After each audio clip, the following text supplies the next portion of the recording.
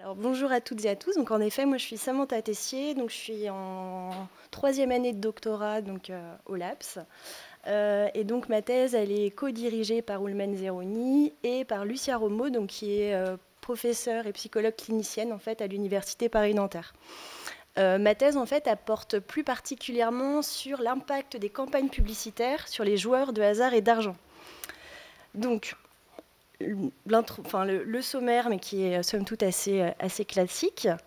Alors, les jeux de hasard, qu'est-ce que c'est? Donc, dans les jeux de hasard, on va retrouver une diversité de jeux. Donc, à la fois des jeux qu'on va appeler de pur hasard, c'est-à-dire des jeux de tirage, donc par exemple Loto, Euro Million, des jeux de grattage, donc qu'on peut faire à la fois chez nos buralistes, mais aussi en ligne. Et on va retrouver le casino. Dans les jeux de hasard, on retrouve aussi les jeux de semi-hasard, c'est-à-dire des jeux qui vont mêler les connaissances et les compétences des joueurs. On pense par exemple au poker, au paris sportif, mais aussi au PMU. Pour donner un peu une idée du phénomène en France, on va considérer qu'il y a 47% des personnes qui ont entre 18 et 75 ans qui ont joué au moins une fois au cours des 12 derniers mois. Donc ça veut dire qu'une personne majeure sur deux a au moins joué à un jeu au cours de la dernière année, ce qui est quand même un phénomène assez intéressant.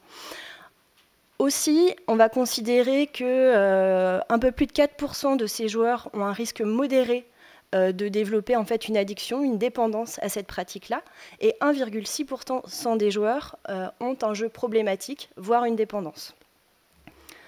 Alors, quand on parle des publicités dans les jeux de hasard et d'argent, il y a des publicités qui nous ont marqués, en tout cas dans les on va dire 20 dernières années. Alors, je ne sais pas si vous avez les références, mais par exemple, si on pense au spot de la Française des Jeux, le Au revoir président, même si j'éviterai de chanter ce matin. Et puis aussi Dédé. Et en fait, ces campagnes-là, c'est vrai, ont marqué en fait nos esprits et nos esprits en tout cas concernant la promotion de ces jeux-là. Après, si on revient un peu sur le contexte français, depuis 2010, en fait, la législation a évolué parce qu'en fait, jusqu'en 2010, il était autorisé, en tout cas en France, de jouer uniquement donc, aux jeux de tirage et grattage, notamment avec l'AFDJ qui a le monopole sur ce type de jeu. Les casinos existaient, mais après, en fait, il n'y avait pas de réglementation sur les autres types d'activités. Donc en 2010, en fait, des nouveaux opérateurs de jeux sont apparus. Donc on va penser à Winamax, à Unibet, qui sont des très gros opérateurs. Mais du coup, ça signifie que depuis 12 ans, ils ont surinvesti aussi l'espace médiatique et publicitaire en promouvant les différents jeux. Pour montrer un peu la démesure de ce mouvement-là, on pense par exemple à Winamax qui, il y a 5-6 ans, a fait rouler un bus vide dans Paris avec juste le W rouge. Je ne sais pas si vous avez vu l'information, ce qui est quand même assez fou, pour promouvoir les jeux de hasard et d'argent.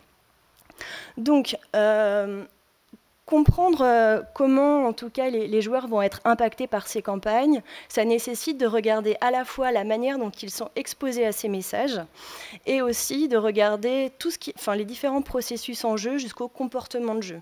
Donc, en fait, pour regarder ces mécanismes-là, les disciplines et les domaines qui étudient ce champ-là sont très multiples. Donc, on va retrouver des modèles à la fois dans la psychologie sociale, dans la psychologie cognitive, mais aussi dans le marketing. Donc, en effet, si on reprend le point de départ, c'est l'exposition. Donc, c'est une campagne qui va être exposée dans l'espace public. Donc, on pense au métro, on pense à la rue. Cette exposition, elle peut être soit incidente, c'est-à-dire qu'en fait, elle va être dans notre environnement, mais on ne va pas la voir directement. Et en fait, même si on n'a pas une mémorisation en tout cas claire, ces campagnes publicitaires vont quand même pouvoir être traitées de manière inconsciente par notre esprit.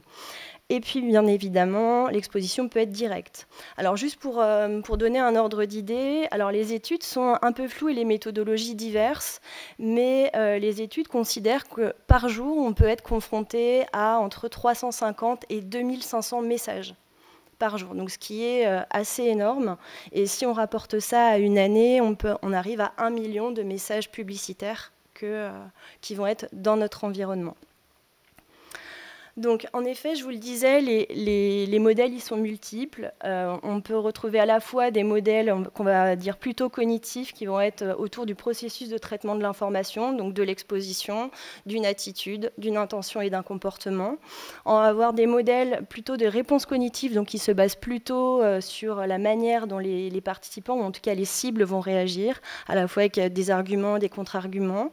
Des modèles attributionnels de persuasion, c'est-à-dire comment est-ce que ces modèles sont en cohérence ou non avec les comportements qu'on met déjà en place et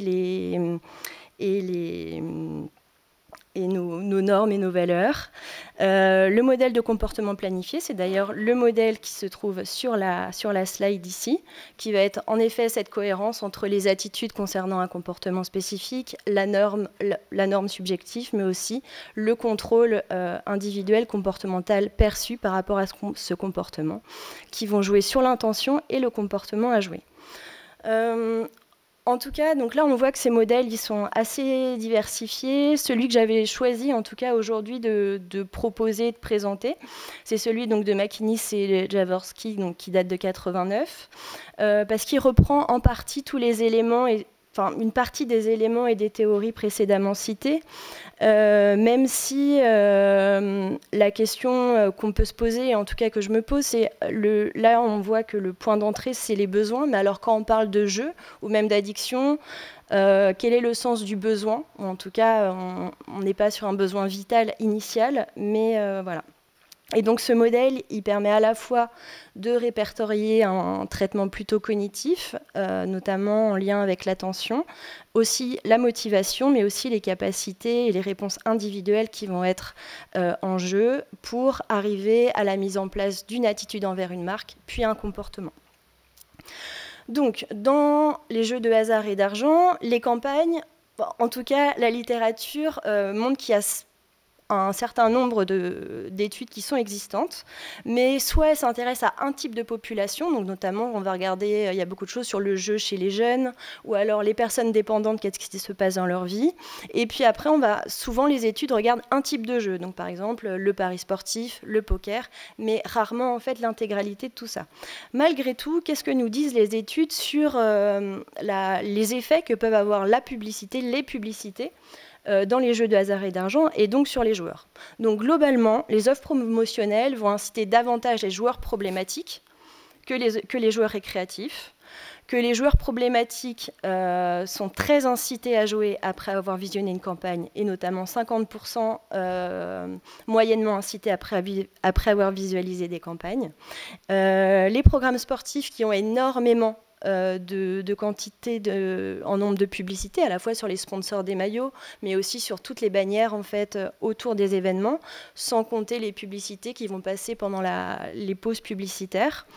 Donc voilà, vont inciter davantage les personnes qui ont déjà un comportement de jeu, voire un comportement problématique. Et puis après, le fait de recevoir des messages directs, donc par exemple, on peut penser aux mails ou des promotions très ciblées aussi qu'on reçoit sur les réseaux sociaux, est associé à une plus grande intention de jouer. Donc l'objectif de cette étude, et notamment là des éléments que je vais vous présenter, c'est de déterminer dans quelle mesure, en tout cas, des caractéristiques de jeu, donc à la fois la sévérité, donc c'est ce qu'on disait, à la fois du jeu occasionnel à problématique, ainsi que les caractéristiques sociodémographiques vont déterminer les effets que vont avoir la publicité sur les joueurs de hasard et d'argent. Alors pour cela, qu'est-ce qu'on a fait ? Premièrement, on a fait passer un questionnaire en ligne qui a été relayé d'une part par les opérateurs de jeux, sur les réseaux sociaux et les forums, ainsi que via un panel. Dans ce questionnaire, il y avait différents outils. À la fois un outil qui s'appelle l'ICJE, donc l'indice canadien du jeu excessif, qui va permettre de déterminer la sévérité du jeu pour le participant sur les 12 derniers mois. Une diversité de questionnaires, donc plutôt en psychologie clinique, mais que je ne détaillerai pas aujourd'hui, mais en tout cas qui s'intéresse au soutien social, la régulation émotionnelle, la prise de risque. Et puis après, en fait, sur les campagnes publicitaires, il n'y a pas d'échelle existante pour mesurer la manière dont les campagnes vont impacter les joueurs. Donc en fait, ce qu'on a réalisé, c'est qu'on a fait un benchmark de l'ensemble des campagnes qui ont été diffusées dans l'espace public, sur les réseaux sociaux, à la télévision et la radio entre 2018 et 2019. Dans le questionnaire, ces campagnes ont toutes été présentées aux participants. Pour chaque campagne, il était demandé à la personne, lorsqu'elle se souvenait l'avoir déjà vue, si d'une part cette campagne leur avait donné envie de jouer, et puis d'autre part, s'ils avaient enclenché un comportement de jeu après avoir vu la campagne. Donc lorsque la personne n'avait pas vu la campagne auparavant, une autre campagne leur était présentée. Une fois que les personnes en fait avaient renseigné le questionnaire, qu'elles avaient donné leur accord pour participer aux phases suivantes et aussi qu'elles résident en Île-de-France, elles étaient en fait elles ont été sollicitées pour procéder à une expérimentation utilisant la réalité virtuelle, donc grâce à une cabine et un casque qui sont présentes au sein de l'Université Paris-Nanterre. Et dans cet espace, dans cet environnement virtuel, on a reproduit à la fois l'espace public, donc là il y a une petite capture d'écran, voilà, donc l'espace public, on a reproduit aussi un métro et aussi un buraliste. Donc les personnes ont plusieurs missions et doivent se déplacer dans l'environnement au fur et à mesure. Et donc tout autour d'elles, elles sont sollicitées, enfin elles sont exposées à différentes campagnes publicitaires. L'idée en tout cas, c'était de ne pas réactiver des messages et des messages qui avaient déjà été stockés en mémoire. Ok, il me reste 5 minutes. Donc du coup, on a créé 10 campagnes spécifiques pour l'occasion, donc 5 campagnes publicitaires et 5 campagnes préventives. Les différentes mesures dans cette phase-là étaient d'une part le craving, donc l'intention de jouer, l'envie de jouer avant et après avoir été exposé. Le casque de réalité virtuelle est équipé de l'eye tracking. Et puis après la VR, on remesurait le craving, mais aussi le rappel immédiat des campagnes. Alors, les résultats, au total, le questionnaire et les données que je vous présente aujourd'hui portent sur un échantillon de 2089 personnes. Et la réalité virtuelle, en fait, donc, il y avait 383 participants qui rentraient dans les critères et 36 se sont déplacés jusqu'à Nanterre pour faire le protocole de réalité virtuelle. Alors, qu'est-ce que ça nous donne? On a une légère surreprésentation, en tout cas, des joueurs problématiques et des joueurs à risque modéré. Donc, on a 8% et 17%. Si on s'intéresse à la mémorisation à long terme et donc le nombre de campagnes dont les personnes se souviennent, nous sommes en moyenne à 1,6 campagnes, et puis ce chiffre est très différent en fonction des groupes de joueurs. Il est à 1,1 pour les joueurs récréatifs et passe à 3,6 pour les joueurs problématiques. Toujours sur des statistiques descriptives, l'incitation et le comportement associés à cette mémorisation. Là, c'est pareil, on voit des grosses différences en descriptif entre les joueurs récréatifs et problématiques. L'incitation à jouer après la visualisation d'une campagne passe de 13% chez les joueurs récréatifs à 73% chez les joueurs problématiques. Et on arrive à 76% pour le fait d'avoir mis en place un comportement de jeu. Du coup, l'idée étant de regarder la manière dont les campagnes publicitaires impactent les joueurs. Du coup, on a réalisé des Mancova dans lesquels en fait, la mémorisation, l'incitation et le comportement de jeu ont été intégrés en tant que variables dépendantes. Et puis, on a regardé le type de jeu et puis des caractéristiques sociodémographiques telles que le sexe et l'âge. On voit ce que la modélisation, en tout cas, nous montre que la totalité des résultats sont significatifs, mais je vais revenir juste après. Et donc, si on regarde en tout cas les statistiques univariées, on voit aussi, notamment pour les joueurs, les éléments à relever, que la mémorisation, l'incitation et le comportement total est supérieur chez les joueurs problématiques, parmi ceux qui jouent au poker, mais aussi qui pratiquent les paris sportifs. Et puis, on voit aussi que plus les individus sont jeunes et plus ils sont impactés par les campagnes publicitaires. Donc sur la réalité virtuelle, les données que je vous propose aujourd'hui, ce sera uniquement des variables descriptives. Donc les joueurs récréatifs retiennent en moyenne une campagne, et puis 1,7 à 1,6 pour les joueurs problématiques. Sur le craving, c'est pareil, des statistiques plus poussées permettront de regarder s'il y a des différences significatives entre les groupes. Mais par exemple, ce qui est assez intéressant, c'est que les joueurs récréatifs déclarent moins de craving après avoir été exposés. Donc ça, on verra ce qu'on en fait. Et sinon, on voit une légère hausse, mais des statistiques plus poussées permettront de déterminer dans quelle mesure il y a un effet ou pas. Alors, conclusion de discussion, en effet, en lien avec la littérature, les joueurs problématiques semblent davantage influencés par les campagnes que les autres joueurs. Ces données sont d'autant plus importantes qu'elles concernent les parieurs sportifs et les joueurs de poker.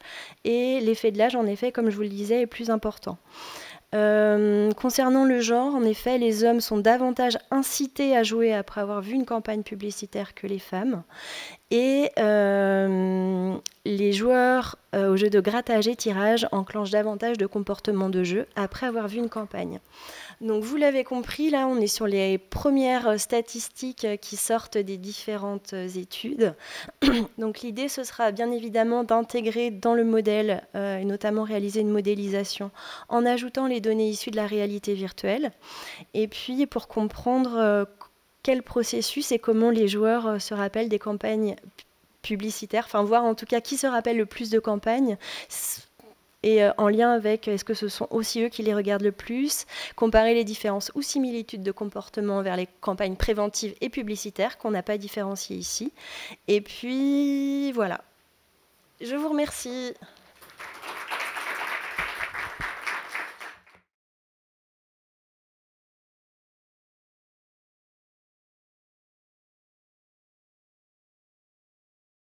Bonjour à toutes et à tous, je vais vous présenter le fruit de mes recherches durant ces 3 dernières années. Donc c'est une thèse dirigée sous la direction de Lionel Dago et je fais partie donc, du LAPS Paris 8. Donc impact de la culture sur les compétences politiques, le cas de Madagascar. Donc d'abord, les compétences politiques, c'est quoi? C'est la capacité à comprendre efficacement les autres au travail, à utiliser ses connaissances pour inciter autrui à agir de manière à renforcer ses objectifs ou ceux de l'organisation. C'est un construit qui a été développé en 2005 par Ferris et ses collaborateurs. 18 items, 4 dimensions. La capacité à faire du réseau, c'est l'aptitude à créer des connexions avec des personnes clés dans l'entreprise et à faire appel à ces personnes au moment opportun. L'influence interpersonnelle, être subtil, persuasif et adaptable. L'intuition sociale, comprendre, savoir lire et comprendre les émotions et les motivations des autres et les utiliser pour agir en entreprise en fonction de ses connaissances. Et la sincérité apparente, paraître authentique, sincère et de confiance. Depuis 20 ans, le PSI a fait l'objet de nombreuses études et traductions dans de nombreux pays. Cependant, les différences culturelles peuvent rendre les instruments de mesure inadéquats. Le PSI, à travers ces 20 dernières années à peu près, a montré une bonne stabilité interculturelle. Cependant, de nombreuses limitations ont été soulevées par des chercheurs, de faible cohérence interne, des scores moins élevés que les participants américains dans l'étude Princeps et des différences dans la contribution des dimensions à la variance. Nous sommes d'avis, comme Bonelli et Sénéchal 2018, que les compétences politiques sont présentes dans chaque pays, mais elles s'expriment, mais des dimensions sont absentes et elles s'expriment différemment et la prégnance des dimensions est différente suivant la culture. Dans 2 pays, il y a une révision culturelle du PSI qui a été opérée, en Chine et en France notamment. Les objectifs de la thèse, donc c'est l'analyse de la culture, de la sociologie et de l'histoire de Madagascar, valider empiriquement un construit propre à la culture malgache, accroître nos connaissances des médiations et modérations impliquant le construit et développer une version multimédia de l'échelle. Nous expliquerons par la suite pourquoi. Donc dans l'étude 1, en fait, nous avons décidé de recourir à une approche inductive des compétences politiques en suivant la méthode de l'incident critique de Flanagan. Ça a été suivi aussi pour les compétences politiques pour la révision en Chine. C'est demander aux participants, ça permet de demander aux participants dans des situations concrètes ce qu'ils feraient. Donc on a développé une question, on a fait un recueil sur le terrain, donc des entretiens de visu ou en ligne, de 129 participants avec une question que nous avons développée en se basant sur les définitions des politiques organisationnelles et des compétences politiques. Donc, parlez-nous d'une situation de travail où vous ou une autre personne a utilisé ses compétences sociales pour résoudre un problème. Suite à cela, donc, nous avons identifié les dimensions. On a fait une analyse de contenu manuelle, descriptive, énonciative et sémantique. On a confirmé les dimensions à travers une analyse propositionnelle à l'aide du logiciel TROP, une analyse structurale, les concomitances thématiques, une lecture verticale.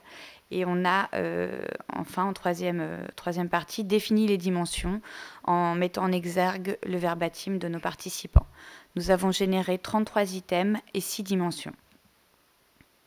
Donc vous voyez ici la répartition des dimensions suivant l'individuel, collectif et formel, informel.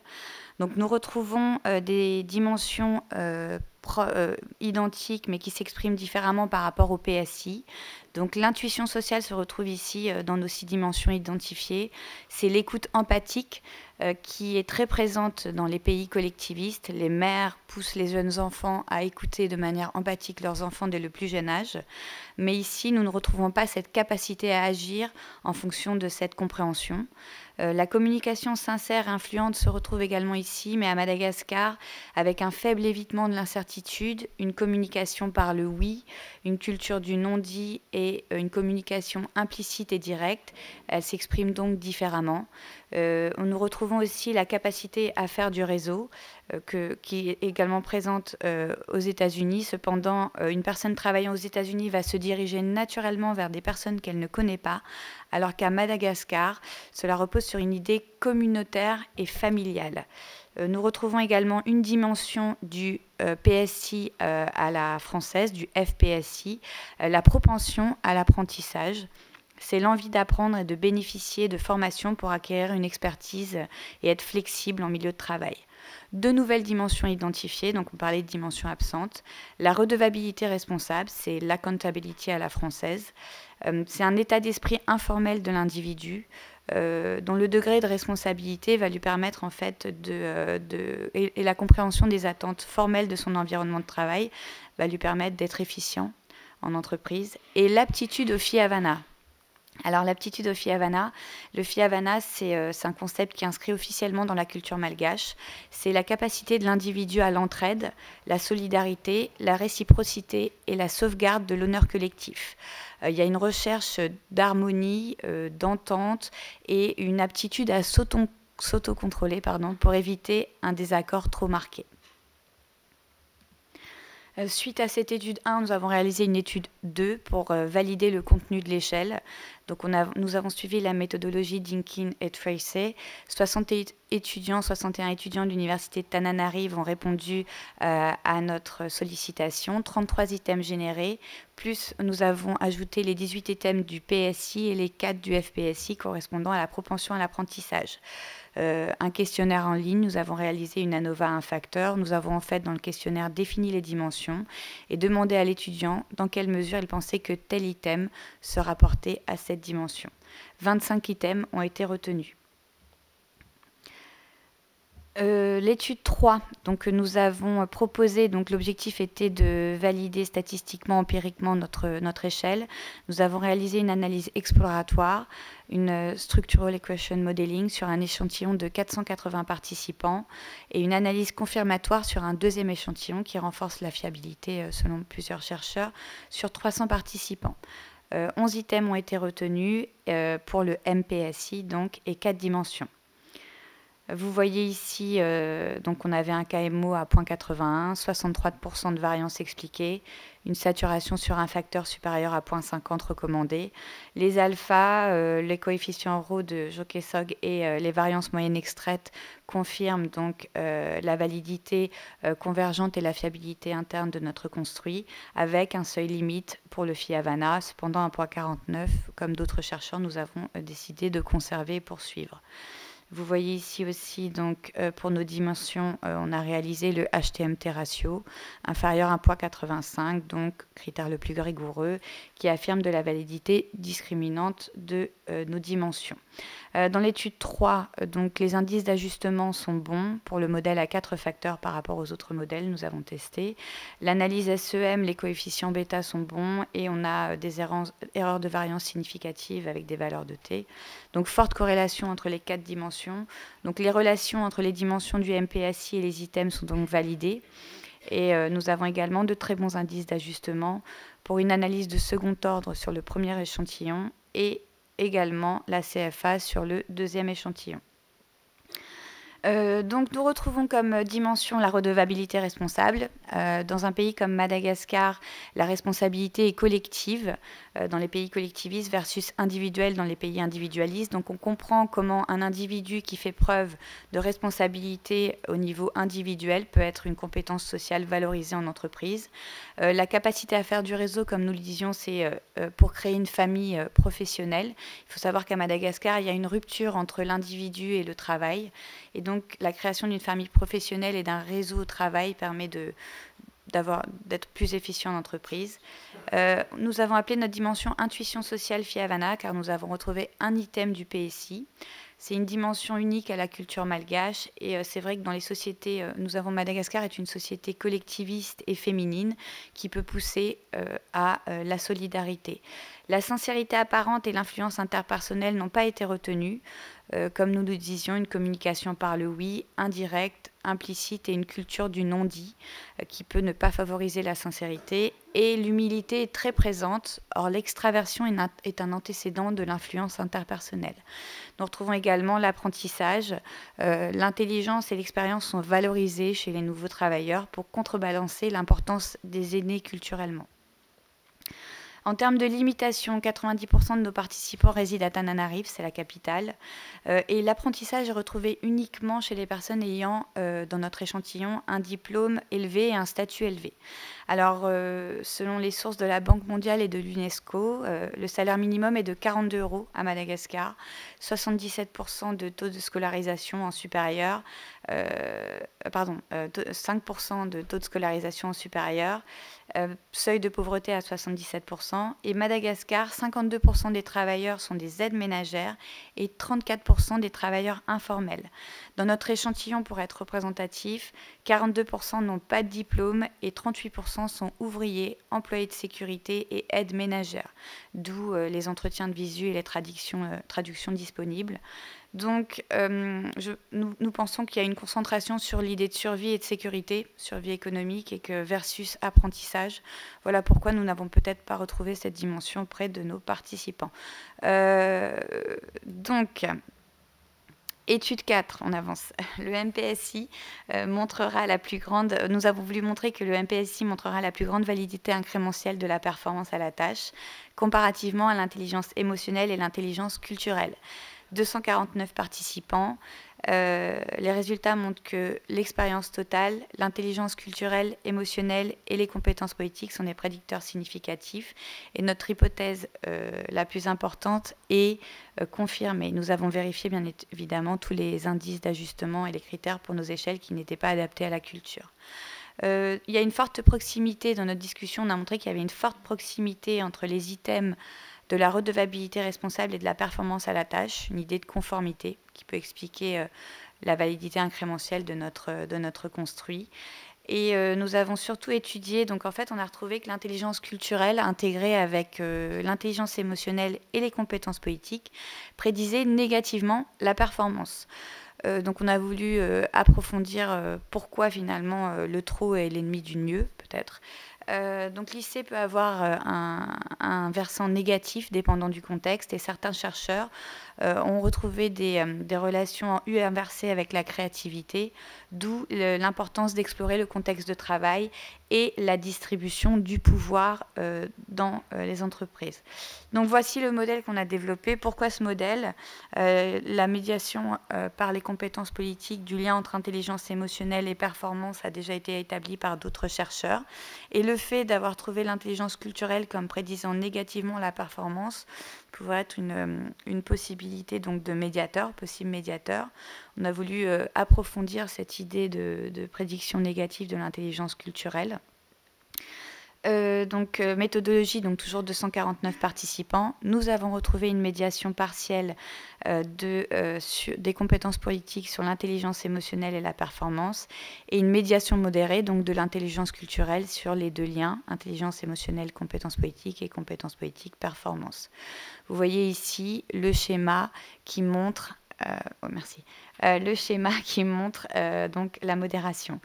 Dans l'étude 5, donc, on pense que l'intelligence culturelle a activé le biais de modestie et que donc nos participants, l'attente sociale a été... le biais de modestie a été déjà retrouvé comme un prédicteur négatif de la performance. Et en fait, dans le biais de modestie, on a l'effacement de soi et la mise en avant des autres et l'évitement de la recherche qui nous fait penser... d'attention qui nous fait penser à l'intuition sociale Fia-Vanna. Dans l'étude 6, enfin, on a voulu valider une version BD des compétences politiques. Pourquoi rendre accessible à tous les compétences politiques en augmentant la compréhension, la mémorisation? Donc au lieu de voir juste le fond, revoir aussi la forme.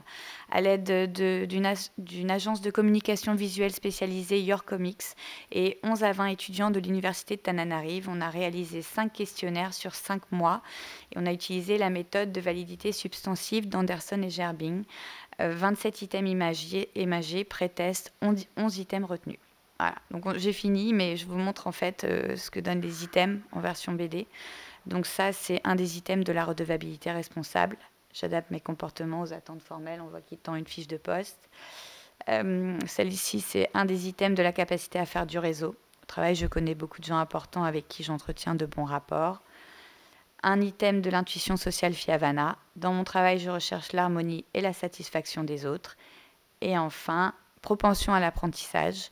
Au travail, je développe mes compétences, même en dehors de mon cadre d'expertise. Donc, on s'attend à ce qu'il y ait des résultats intéressants vis-à-vis de la bande dessinée. Voilà, merci beaucoup. Merci beaucoup, Ivana.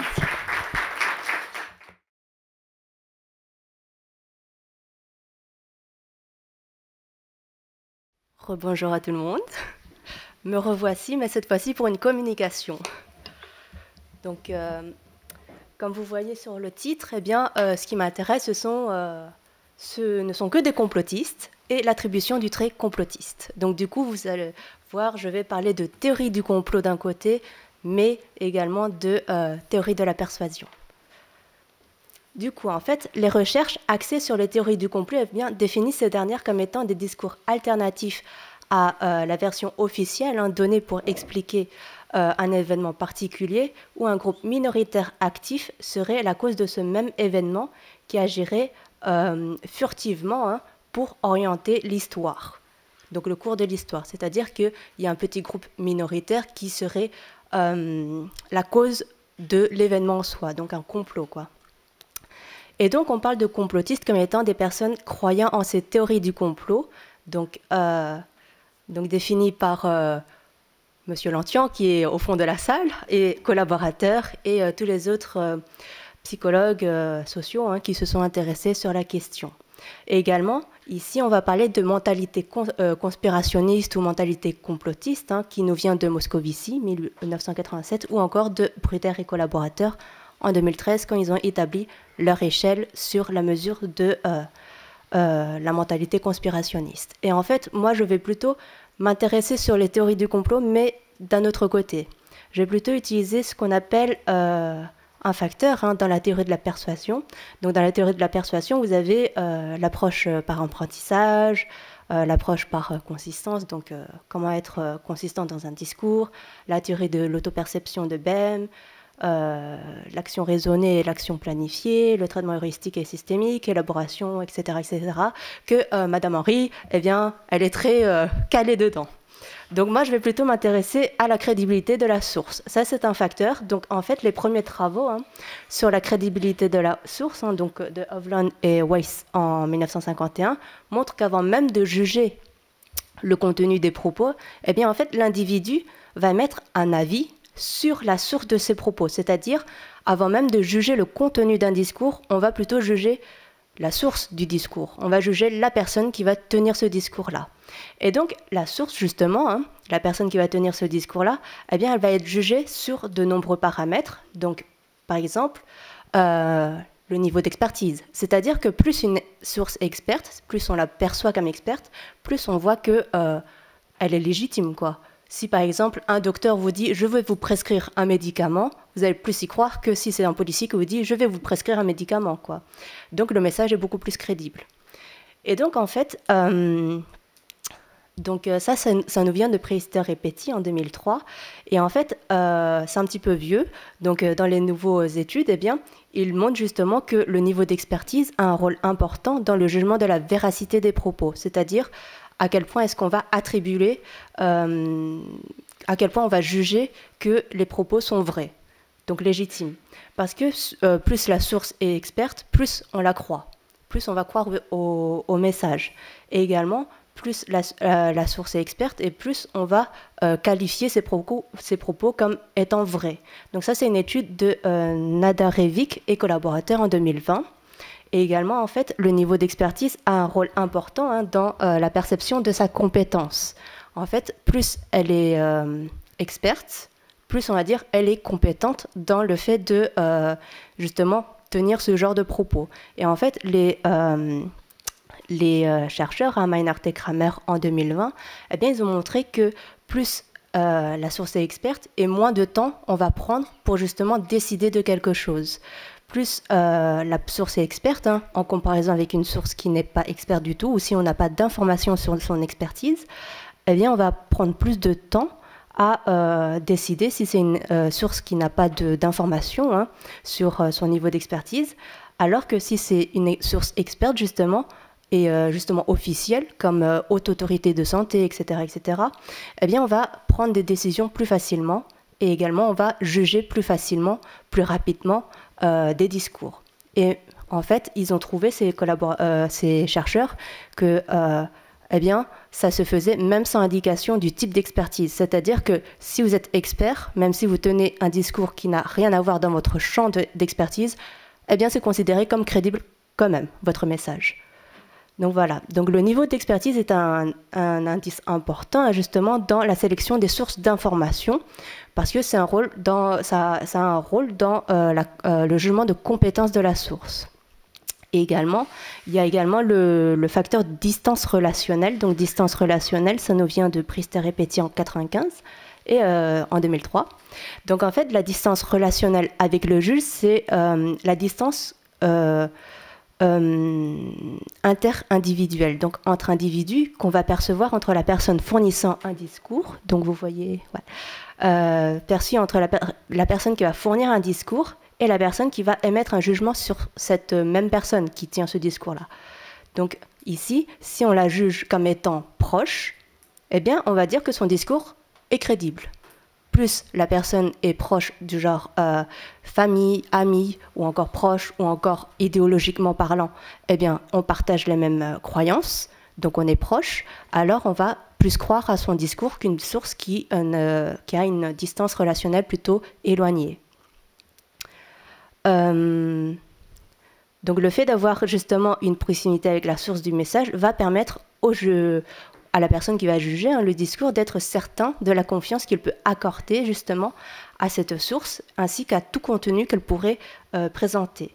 Et en fait, dans des recherches beaucoup plus récentes en communication sociale et en théorie de la persuasion, eh bien, Treberg et Van der Linden en 2022, ils ont justement trouvé que la distance relationnelle était importante dans le jugement de véracité et de crédibilité des messages. C'est-à-dire qu'ils vont dire que on va se référer à la source pour justement juger la véracité et la crédibilité des messages qu'on reçoit.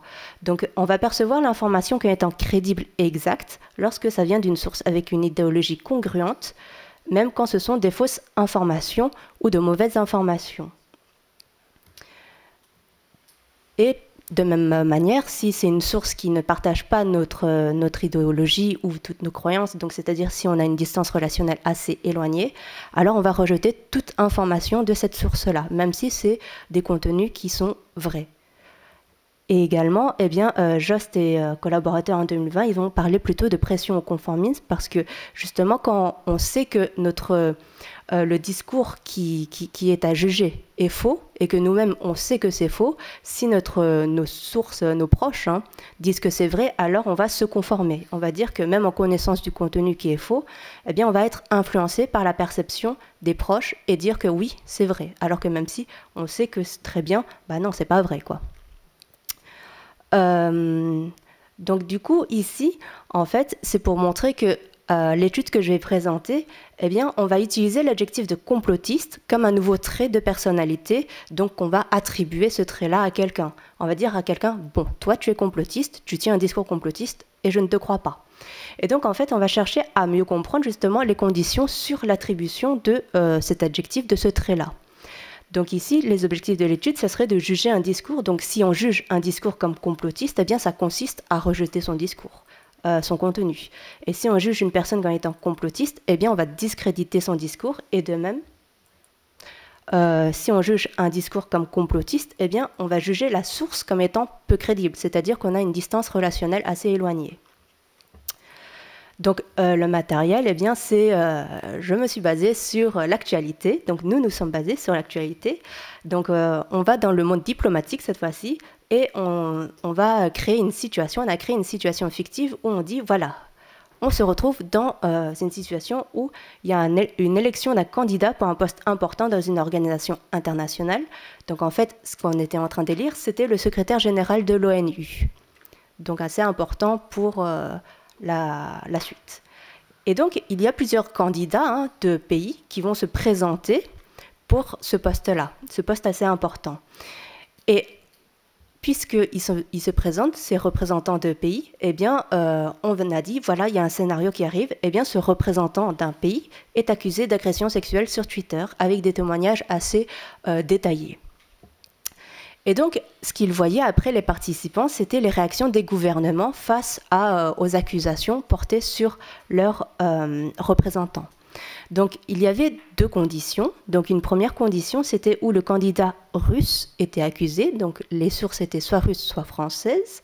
Donc, ici, la Russie, donc le gouvernement russe, va fournir ce qu'on appelle une accusation simple, où justement, il va juste tenir un discours accusant l'autre gouvernement ou qui présente un candidat à l'opposé de son propre candidat pour dire que voilà, la Russie dénonce une campagne organisée par les services français qui ne veulent pas que le candidat que nous soutenons soit élu.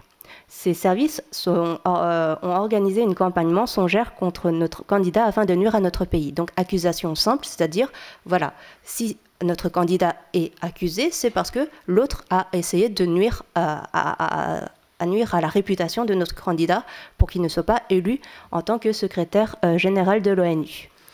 Et de l'autre côté, ils voient en même temps, les participants, la source française qui dit justement, pour expliquer ce scénario-là, où il y a un candidat qui est russe accusé, eh bien ici, vous voyez que le gouvernement français, sur un compte Twitter officiel pour l'ONU, eh bien il dit « La France dénonce une campagne organisée par les services russes dont le seul but est de ternir l'image de notre pays. La vérité est que les services russes ont organisé une campagne contre leur propre candidat dans le seul but d'accuser faussement la France et de l'unir. » Ça, c'est vraiment ce qu'on appelle une accusation sous faux drapeau. C'est une forme de théorie du complot qui, justement, voir si les participants vont voir une différence entre accusation simple et accusation sous faux drapeau. Là, c'est le contenu qu'on a manipulé, mais également la source, parce que dans la deuxième condition, eh bien, on a plutôt fait l'inverse. Si c'est un candidat français qui est accusé, alors c'est le gouvernement français qui va porter une explication simple et l'autre qui va faire une explication plus complotiste sous faux drapeau. Donc, c'est une alternance des discours. Donc en soi, ça veut dire qu'il devait, à partir d'un discours, juger la source française ou russe et attribuer ce qu'on appelle le niveau de complotisme à la source, en répondant sur une échelle de Likert à 7 points sur les échelles crédibles, complotistes et conspirationnistes. Et en fait, la validité interne, donc l'alpha, est assez élevée, donc 0.90 et 0.84 pour accusation simple et accusation sous drapeau. Et nos hypothèses étaient que, en fait, face à un discours d'accusation sous faux drapeau, donc assez complotiste, eh bien, les participants vont considérer ça comme plus complotiste, vont attribuer plus de complotiste qu'une accusation simple. Et de même, une source russe serait jugée plus complotiste qu'une source française. Et donc ici, notre hypothèse d'interaction, donc troisième hypothèse, ça serait que non seulement une accusation sous faux drapeau, donc complotiste, serait jugée comme plus complotiste, mais elle serait de même jugée plus complotiste quand ça vient d'une source russe. Et également, donc, nos résultats, ce qu'on trouve, c'est que effectivement, une accusation sous faux drapeau était jugée plus complotiste. Les participants voyaient bien la différence entre accusation simple et accusation sous faux drapeau. Elle a jugé beaucoup plus complotiste. Donc, on est à 0.001 pour... c'est significatif, cette différence. Donc, notre première hypothèse est validée. De même, pour notre deuxième hypothèse, elle est validée également parce que les participants voyaient que la source russe était beaucoup plus... jugeait la source russe comme étant plus complotiste qu'une source française. Donc, notre deuxième hypothèse est également... validée. Donc ici, pour notre hypothèse d'interaction, eh bien, vous voyez ici qu'il y a une différence significative entre le niveau d'accusation, le niveau de jugement d'accusation simple chez les Français et le niveau d'accusation sous faux drapeau, sauf que en fait, c'est significatif, mais seulement si c'est les Français en fait qui portaient cette accusation-là. C'est-à-dire que pour les participants, ils percevaient que peu importe la source du discours russe, eh bien, ils jugeaient ce discours-là comme étant complotiste, alors que si c'était une source française, ils faisaient la différence entre accusation simple et accusation sous faux drapeau. Ce qui, justement, était contraire à notre hypothèse d'interaction qui disait, justement, ça serait plus l'inverse, plus pour les Russes, quoi. Et donc, pour un petit peu finir sur la discussion, eh bien, on voit bien qu'il y a une influence de la perception de la source sur justement le jugement du discours. Comment dire? Oui, donc du coup, notre étude, justement, va reproduire les résultats trouvés non seulement dans les travaux sur les théories de la persuasion, donc crédibilité de la source, où on vous dit justement un message provenant d'une source incongruente va être perçu comme étant peu crédible, donc pour la source russe, mais également que le message provenant d'une source congruente, eh bien, on a une différenciation du contenu. Également, ça vient rejoindre aussi des recherches sur les théories du complot, où on vous dit justement, en fait, eh bien, quand on perçoit le message comme étant peu crédible, eh bien, on va plutôt étiqueter ce message-là comme étant des théories de complot. En fait, ce qu'ils nous disent, les chercheurs Douglas et collaborateurs en 2022, que la croyance en des propos ou des discours va avoir un impact sur l'utilisation de l'étiquette ou du label théorie du complot. En fait, tout ce qu'on ne veut pas croire, eh bien, on va plutôt les juger comme étant complotistes. On va attribuer justement le nom de complotiste à ce qu'on ne croit pas. Et plus on juge que c'est crédible, et plus on va rejeter le label de théorie du complot, parce que justement, les théories du complot, c'est la conséquence de la non-croyance à des informations plutôt que la cause en la non-croyance en des informations. Et également, les théories du complot, c'est un peu des connaissances stigmatisées. Oui, donc... également, eh bien, il y a d'autres auteurs qui expliquent justement que s'il y a cette différenciation sur la source et également le jugement des propos, ça s'explique par le narcissisme collectif, mais justement, ce que nous, on voudrait faire, c'est plutôt si on devait créer une situation fictive où on annulerait tout narcissisme collectif, où il n'y aura pas d'indication sur l'appartenance de groupale, comment est-ce que ça se ferait? Est-ce qu'il jugerait également cette accusation simple et accusation sous faux drapeau comme étant une différence bien observée? Donc voilà, moi j'ai terminé. Merci.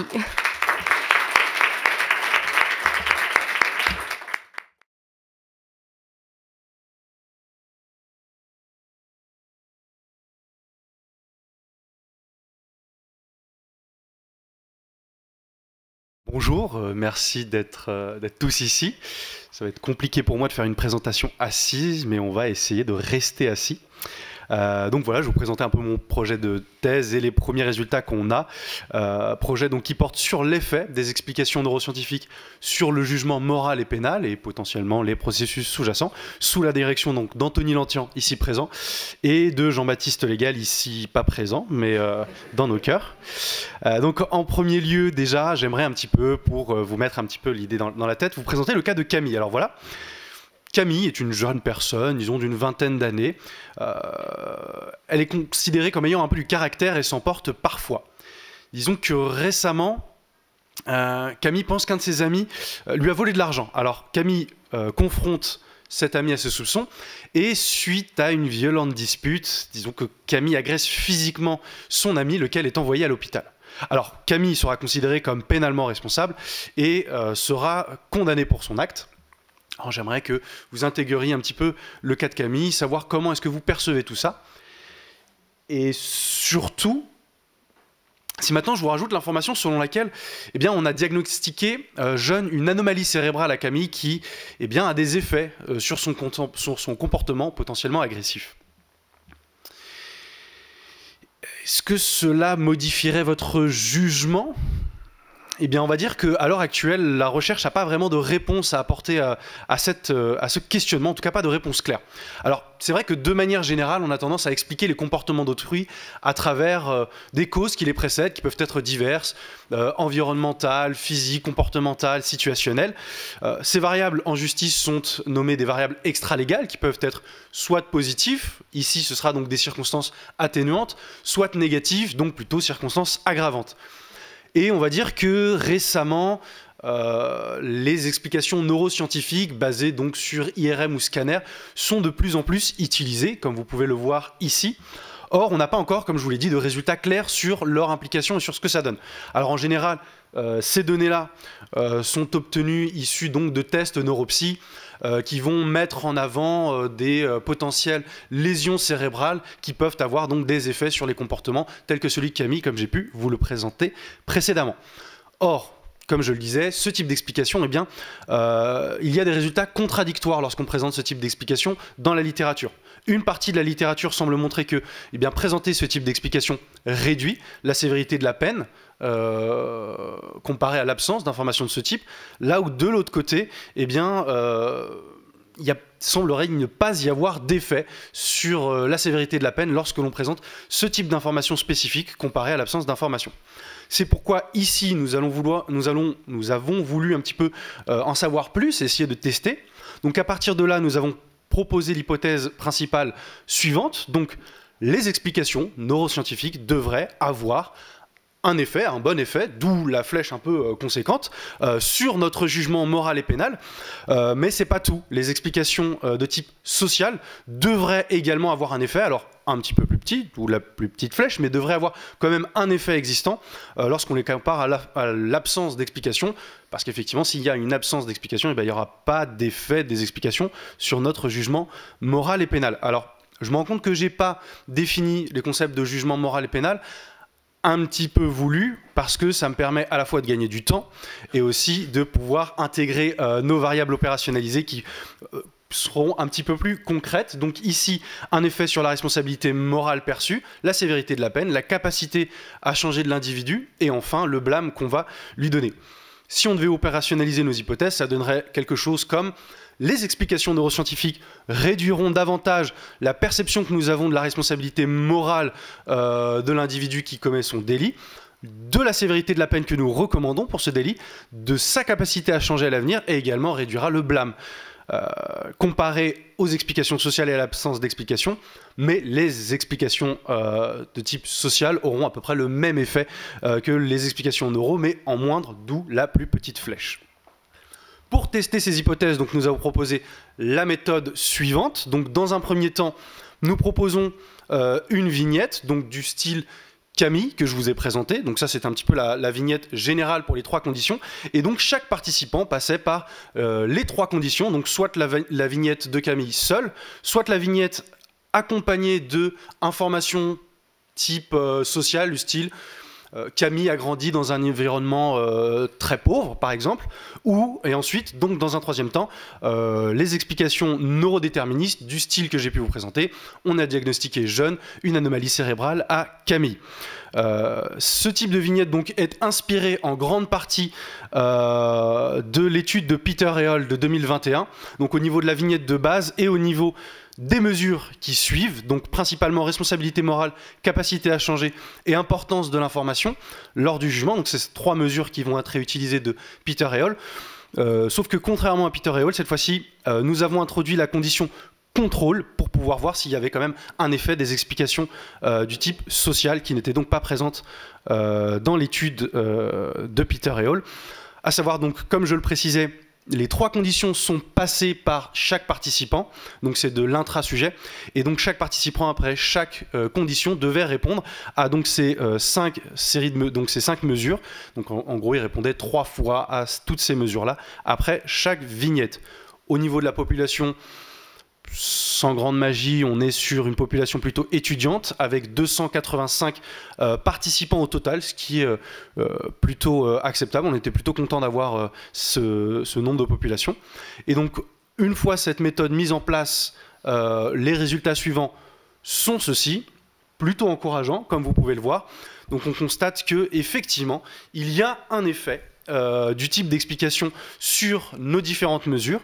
Alors, en ce qui concerne la prise en compte lors du jugement, forcément, on ne l'a pas mesuré pour la condition contrôle, parce que, spoiler alert, il n'y avait pas d'information, donc il ne pouvait pas y avoir de pertinence à prendre en compte, mais on constate quand même une différence significative entre la condition neuro et la condition sociale, ce qui semble vouloir dire donc que les informations neuroscientifiques sont considérées comme étant plus importantes à prendre en compte lors d'un jugement, lorsqu'on les compare aux informations d'ordre social.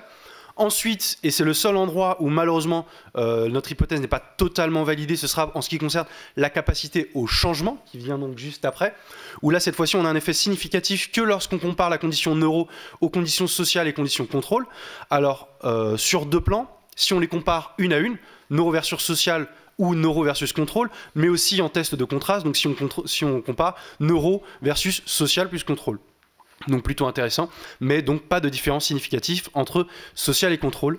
Et ensuite, en ce qui concerne donc la responsabilité morale perçue, le blâme et la punition, ici on a à chaque fois donc des effets significatifs au niveau du type d'explication. Donc neuro, ça produit moins de responsabilité morale perçue, un moins grand blâme et donc une punition moins élevée que lorsqu'on compare aux conditions sociales qui elles-mêmes produisent moins de responsabilité morale, moins de blâme et moins de punition lorsqu'on compare à la condition contrôle. Donc nos hypothèses pour l'instant sont plutôt validées, que des P inférieurs à 0.01 et avec des états carrés partiels plutôt satisfaisants, même assez élevés en ce qui concerne la responsabilité morale principalement. Donc voilà, des choses plutôt encourageantes pour la suite. Alors, comme convenu et comme inscrit dans notre préenregistrement, je le précise ici, mais donc nos hypothèses, notre méthodologie et les tests statistiques ont été convenus et préenregistrés sur As Predicted. Pour ceux qui veulent le consulter, n'hésitez pas à me demander, je pourrais transmettre le lien assez facilement. Mais donc, on avait prévu en hypothèse exploratoire de tester en inter-sujet. Pour ce faire, on a tout simplement, comme je vous l'ai dit, on avait randomisé donc les conditions. Et cette fois-ci, on a gardé donc les personnes qui passaient contrôle, ça nous faisait 6 groupes. Donc 2 groupes qui passaient contrôle en premier, on gardait que ceux qui passaient en contrôle en premier, leurs résultats en contrôle. Ceux qui passaient social en premier, on gardait que social. Et ceux qui passaient neuro en premier, on gardait que neuro. Au niveau des résultats, donc cette fois-ci, ils sont que partiellement validés. On retrouve l'effet donc de différences significatives de l'explication neuroscientifique comparé aux autres types d'explications. Mais par contre, en intersujet, cette fois-ci, on n'a pas d'effet significatif de l'explication d'ordre social comparé à l'absence d'information, donc de la condition contrôle. Et aussi et surtout à noter, en ce qui concerne la punition, cette fois-ci, on n'a plus du tout d'effet significatif. Alors, on a un effet tendanciel entre les conditions neuro et contrôle, avec un P à 0.092. Il semblerait que sur R, c'est encore à discuter sur la suite, il y aura peut-être quelque chose, mais pour l'instant, moi sur Jamovi, j'ai qu'un effet tendanciel. Donc voilà, à noter, est-ce que ça pourrait aussi potentiellement expliquer le fait que dans la littérature, on a des résultats qui fonctionnent, des résultats qui ne fonctionnent pas? Est-ce qu'on est plutôt sur quelque chose de léger où il faudrait avoir une plus grosse puissance statistique pour avoir un effet et donc avoir quelque chose comme ça? Est-ce qu'on est plutôt du coup sur du faux positif, du faux négatif? Comment ça se passe? C'est encore un peu compliqué, il va falloir investir beaucoup plus ça. On y réfléchit beaucoup pour les prochaines études. Mais donc voilà un petit peu ce qui était à noter au niveau des résultats. En ce qui concerne les discussions, donc pour essayer de prendre un petit peu plus d'oxygène, sortir un petit peu des chiffres, essayer de réfléchir aux résultats. Donc il semblerait que, au vu des résultats des types d'explications, les causes neurobiologiques sont perçues comme déterminant davantage les comportements que les causes sociales et donc impliquent davantage notre jugement moral et pénal. Les causes sociales demeurent quand même déterminantes, mais c'est quand même principalement les causes neuropsychologiques qui sont les plus importantes, ce qui donnerait un petit peu ce pattern. Donc si on fournit des explications neuropsychologiques, la personne est considérée comme moins responsable et donc moins blâmable. Mince, il y a eu un petit... Le moins a été effacé, désolé, mais il y a quand même moins. J'espère que ça n'impactera pas trop la présentation. Donc voilà, donc elle sera également moins blâmée, mais elle sera aussi perçue comme moins capable de changer, ce qui peut produire des effets délétères. On est parfait. Ce qui produira donc des effets plus délétères, par exemple, risque de stigmatisation, d'essentialisation, voire de rejet par la suite. Donc c'est toujours des éléments à prendre en compte. Il y a le jugement pénal, mais il y a aussi le jugement moral et ses implications. Il semblerait au niveau de la discussion donc, qu'on puisse, dans un premier temps, proposer une sorte de tension. Alors je grossis très forcément, mais ce serait presque comme si la personne est moins capable de changer, donc plus fort taux de récidive, et pourtant on la condamne moins. Alors, ça ne se passe pas vraiment comme ça, parce qu'il semblerait qu'il y ait une différence entre la justice rétributive et conséquentialiste. Entre la justice rétributive, où là, on va plutôt s'occuper à la responsabilité morale. Si on fournit des explications neuroscientifiques, la personne est considérée comme moins moralement responsable, donc on va moins la condamner. Plutôt justice rétributive, alors que si on était plutôt dans l'axe justice conséquentialiste, plutôt vers l'avenir, là il semblerait qu'on s'intéresserait peut-être beaucoup plus à la capacité à changer à l'avenir, donc la récidive, et là ça pourrait moins impacter ou même inverser le jugement. Donc voilà un petit peu quelque chose qu'on voudrait tester par la suite. Et enfin aussi à nuancer, en ce qui concerne l'effet des informations sociales, on a un effet en intrasujet, on n'a pas d'effet en intersujet. Alors on reste en intrasujet parce que notre horizon reste quand même le domaine juridique. Et dans le domaine juridique, les juges ne font pas qu'un seul jugement par mois, ils en ont plusieurs par semaine, par jour. Et donc forcément, on est plus sur des formes intra avec plusieurs types d'explications, plusieurs types de causes, plusieurs types de jugements qui passent. Donc l'intrasujet semble plus pertinent, mais toujours est-il qu'il faut noter l'intersujet et qu'on ne doit pas le masquer l'absence d'effet. Donc voilà un petit peu pour la discussion. Ce qui nous aussi pousse pour la suite à avoir toujours, si on garde cette optique des effets des explications neuroscientifiques sur le jugement moral et pénal. Donc dans le premier axe, nous avons testé ce type d'explication. Nous voudrions encore le faire varier avec de l'imagerie. Nous voudrions aussi travailler sur la sévérité de l'infraction. Effectivement, là, on est sur de l'agression. Est-ce que si on a sur du meurtre, comment ça varie? Et aussi, si on a meurtre avec préméditation, surtout qu'on a un effet où on a des résultats très bas au niveau des condamnations. Donc, on voudrait aussi voir si on arrive à quelque chose de plus haut. Est-ce que on a un effet, une taille d'effet qui peut changer? Donc ça, c'est des choses qui sont en cours pour le début d'année prochaine. Et on aimerait aussi travailler sur l'origine de l'anomalie cérébrale, faire varier ça. Et enfin, dans dans un second axe les motivations. Donc la motivation à punir, c'est-à-dire le type de jugement que je vous ai dit, conséquentialiste ou rétributif qui pourrait être intéressant. L'implication personnelle, forcément là on est des étudiants qui jugent comme ça. Si on travaille sur, admettons que vous êtes un juge et donc vous allez statuer sur un cas qui va avoir des répercussions pour la personne et pour la personne qui est jugée et aussi pour l'entourage de la victime, mais aussi également si vous êtes de l'entourage de la victime, comment ça va impacter ça. Et enfin la capacité au changement qui cette fois-ci ne serait plus une VD mais une VI, quelque chose qu'on ferait varier, qu'on manipulerait. Donc voilà un petit peu pour la suite de la thèse qui, je l'espère, se passera sous de très bonnes augures. En tout cas, ça commence bien. Je suis assez content des premiers résultats. Je vous remercie de votre écoute et je me rends disponible à vos questions.